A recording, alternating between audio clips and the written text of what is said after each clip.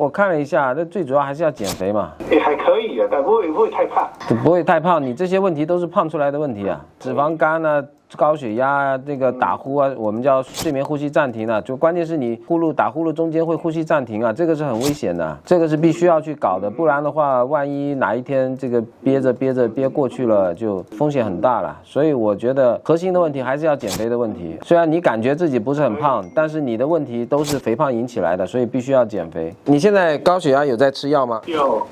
高血压是22年，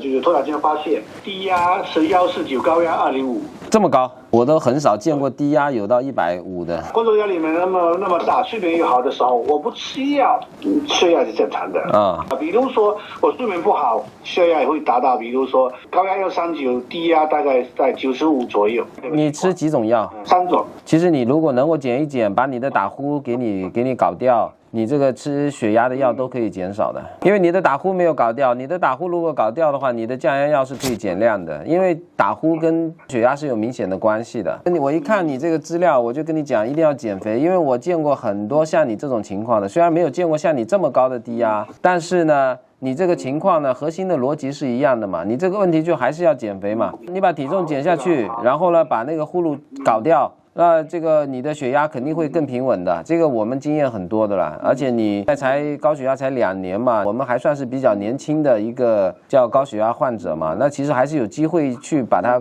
搞得更好，那当然要更好嘛，因为万一你这个血压又什么时候又压力大了，又睡不好了，你又一下子飙上去，很危险的，所以我们肯定要去降低这个风险嘛，我们不能说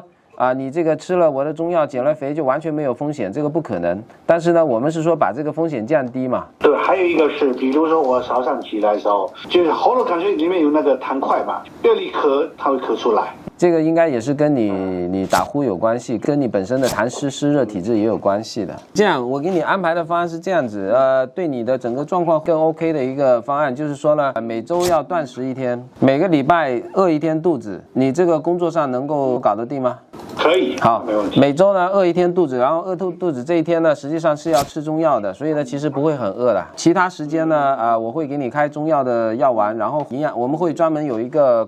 国家级的注册营养师来指导你的饮食，这样子。平时还会搭配一些你日常需要的东西，去给到你综合的一个全方位的一个方案，去帮助你调节你的整个肥胖的问题，包括体质的问题，包括打呼的这个问题。我们希望呢，通过1到2个疗程，最多不超过3个疗程啊，一个疗程就1个月啊，去帮你把这个呼噜的问题给你解决掉，至少让你不要那个呼噜的时候会出现呼吸暂停，因为呼吸暂停是很危险的，去把你的整个状态去改善，甚至可以达到就是说呢，减少你的降压药使用这样的一个目标。可以， OK。